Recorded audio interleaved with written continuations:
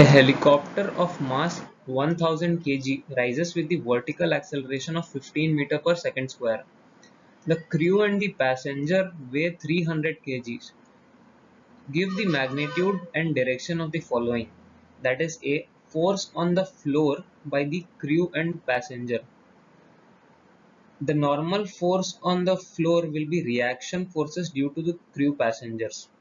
Let this be the floor of the helicopter. If the crew are putting a force mg downwards, the floor is putting the equal amount of force n upwards. So the formula would come as normal force minus the force by the crew members, which will be equal to the mass into acceleration. Thus, putting the values, we get the normal force as 7500 newtons, and the direction of the normal force will be vertically upwards as the whole system is moving upwards. In the second case, we have to find the magnitude and direction of the action of rotor of the helicopter on the surrounding air. In this case, we need to consider the helicopter and passenger in a system because we need to determine the action of the rotor.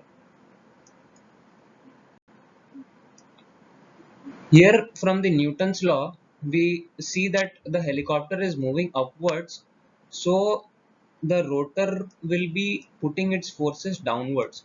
So the force of rotor minus mass into gravity, mass of the whole system, that is the helicopter, into gravity, that will be equal to mass into acceleration of the whole system. Therefore, putting the values, we get the force that the rotor is putting on the surrounding as 32,500 Newton in the downward direction. In our third option, we have to find the magnitude and direction of the force on the helicopter due to the surrounding air. As we know that from the Newton's third law, to every action there is an equal and opposite reaction. As the rotor is putting force in the downward direction, the air surrounding it would be pushing it upwards. Therefore, the helicopter moves upwards. So, the resultant force would be same as the rotor's force, that is 32,500 Newton.